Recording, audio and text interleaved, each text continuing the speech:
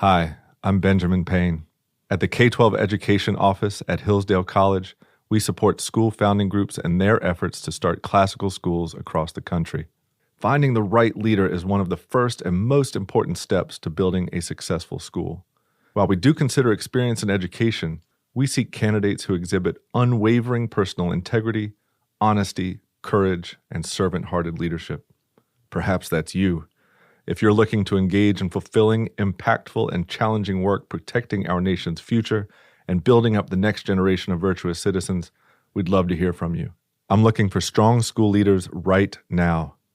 Learn more about how you can make a difference at hillsdale.edu/leader. hillsdale.edu/LEADER. That's hillsdale.edu/leader.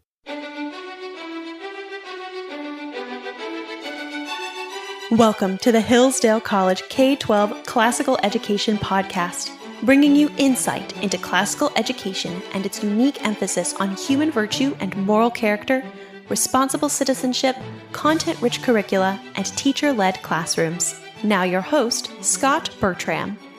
Thanks for listening. The Hillsdale College K-12 Classical Education Podcast is part of the Hillsdale College Podcast Network.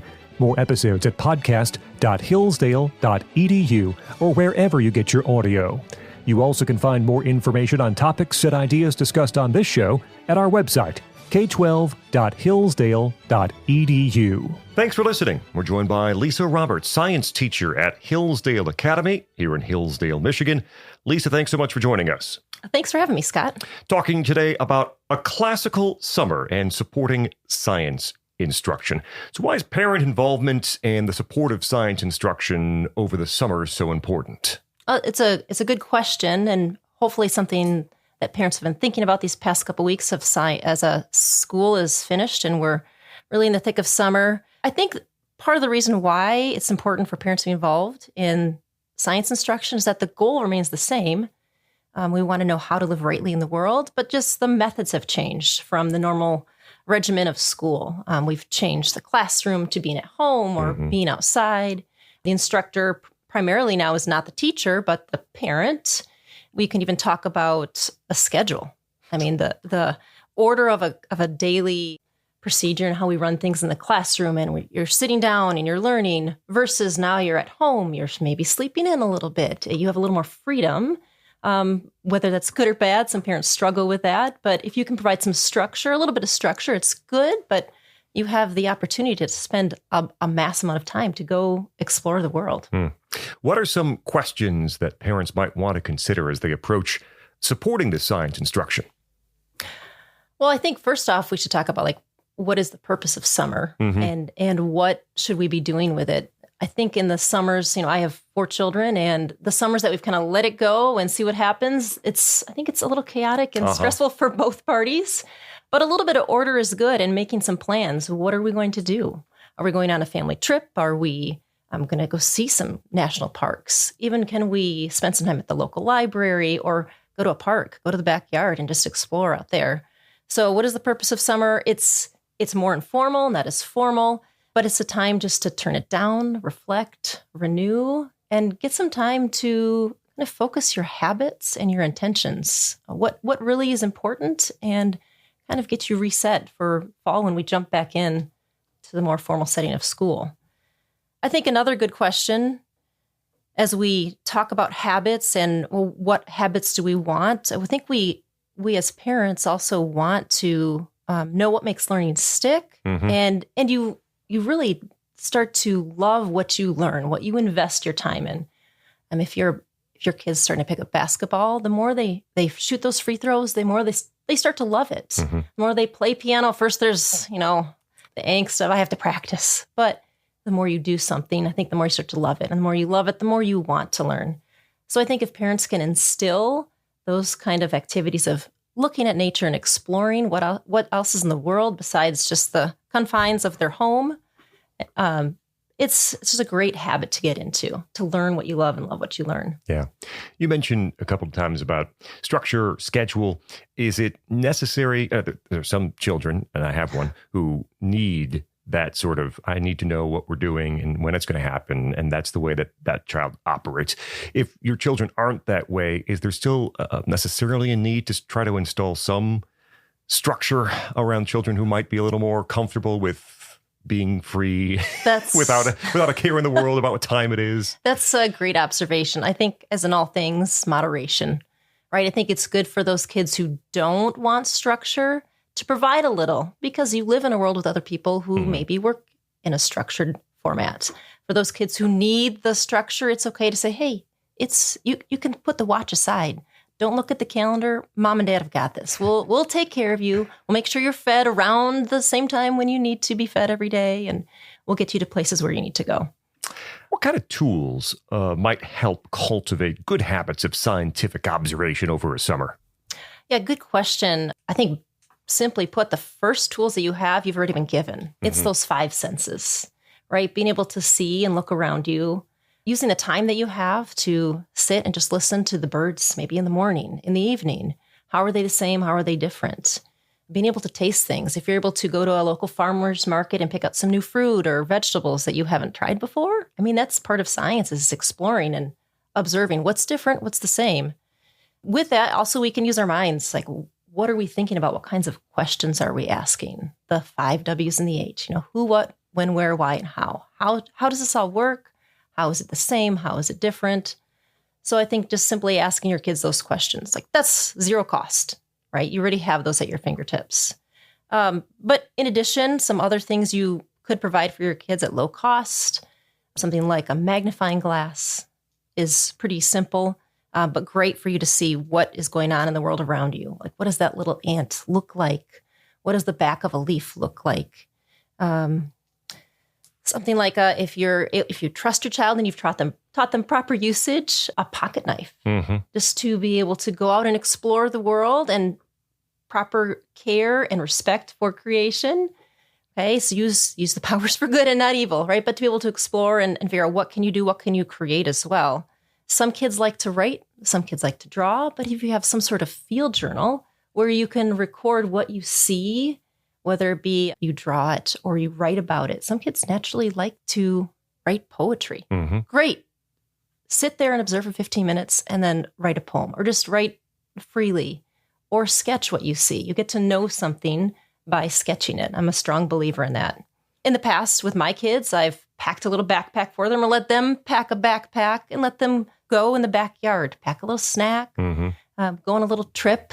Just wander around your own yard and see what kind of life there is out there. Plants, animals, mushrooms, even the soil, water. They're going to come back dirty and wet, but I think a good time will be had.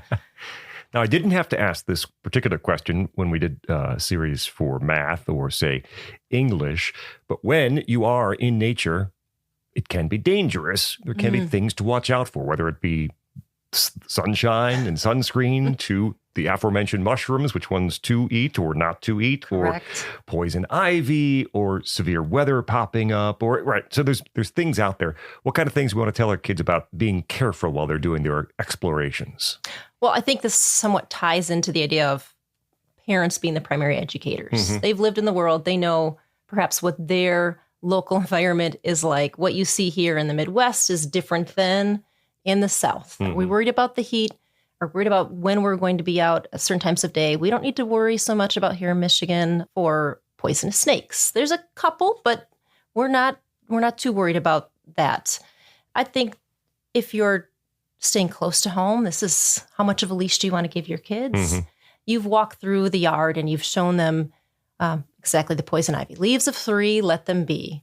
And sometimes there are certain things that maybe kids do need to experience without, a worry of extreme bodily harm, to step on a bumblebee because you're walking around barefoot. That's maybe an experience that might be worthy. If you're not allergic to bees, it might be good. We took a family trip to the Keys this past Christmas, and we were able to go snorkeling in a reef. My daughter got to experience firsthand what does reef rash feel like, because you get a little too close to the coral and then you get those little stingers in you. So I think some, like, pushing a little bit and being a little bit out of your comfort zone is okay, but being smart and and educating your child before they head out. Talking with Lisa Roberts, science teacher at Hillsdale Academy, about supporting science instruction over the summer. Are there particular questions that parents should encourage their children to ask while observing nature? Right. I think first, as scientists, we want to observe. Science is knowing things. We want to know what's true about the world. I think when you step outside, you notice the beauty. Mm-hmm. Why is it beautiful? What makes it so amazing? Why do we go visit national parks? So asking those questions, what patterns do you notice in nature? Looking at a flower, how many petals does it have? What's the arrangement of the leaves on a tree? What does this animal look like compared to another similarly sized animal? Why is the body shape different? What about number of legs? How does it move around? Why does this worm kind of slink along, but another worm kind of squiggles? So it's asking those kind of questions.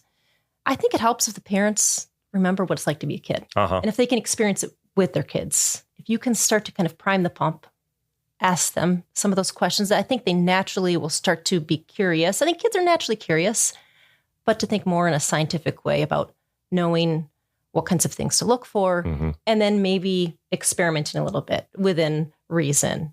What happens if I drop the rocks in the water, or if I'm trying to skip them? Why does skipping rocks work in the sense of physics? You don't have to talk about physics, but what is the best kind of rock to skip? Are there ways that science instruction over the summer can be connected with other summer activities, art, history, literature? Yeah, that's a great question. I think we can be intentional here about making trips either to the library or maybe there's a local art museum or history museum. I'm even thinking about what pops into my mind, the great artwork, George Washington crossing the Potomac. Why is the fog there? What happened to create that? When you can stand or even sit and look at a piece of art, or even go to a national park and see the history that they've presented to you, how does the local weather or the local flora and fauna kind of play into what happened in history or in art? Are there particular tips that you might have for parents? I think just be a kid yourself to begin with. Give yourself some freedom and some time to just let your kids explore and to observe. It can even be on a car ride. You're taking that family trip. Maybe you're visiting relatives, or maybe you're being intentional about visiting some sort of park, county park or a city park. But tell the kids, put the technology down, right? Look out the window. I mean, I have great memories of, this is, pre-iPad, phone, where you're just looking out the window and you observe as you pass through different states. There's different types of plants. There's different types of animals, even different types of roadkill, right? What we see around here in Michigan. My son's big on that. Oh, that's great. Yes. Even the colors of the roads are different. Why is that? So just giving kids a chance to look around and make observations is great. Any signs that parents perhaps can look for to see that their children are growing in scientific curiosity, attentiveness? You're not going to give tests over the summer, clearly, but how do you know that they're enjoying themselves and maybe getting some enrichment here over the summer? Right. That's a good question. I mean, as a teacher, I assess frequently, but as a parent, I don't always often think about that. But if you see the kids start to put down the technology, right, the things that man has made, and we start to make observations and they verbalize to you, wow, Mom, look at that. I think that's a great sign of, I think you're doing a good job, parents. I think it's also good just to assess yourself. Do I reflect this awe of nature and the wonder? Do I make statements to my kids as I'm living in the world? And I think as we have children, they're little mini-me's, or it's the master-apprentice relationship, and we're forming the next generation. So if we can reflect that to them, I think they naturally will pick that up as well. Lisa Roberts is science teacher at Hillsdale Academy in Hillsdale, Michigan, as we talk about a classical summer and supporting science instruction. Lisa, thanks so much for joining us here on the Hillsdale College K-12 Classical Education Podcast. Thanks so much, Scott. I'm Scot Bertram. We invite you to like us on Facebook. Search for Hillsdale College K-12 Classical Education. You also can follow us on Instagram at Hillsdale_K-12. That's Hillsdale_K-12 on Instagram. Thank you for listening to the Hillsdale College K-12 Classical Education Podcast, part of the Hillsdale College Podcast Network. More at podcast.hillsdale.edu or wherever you get your audio.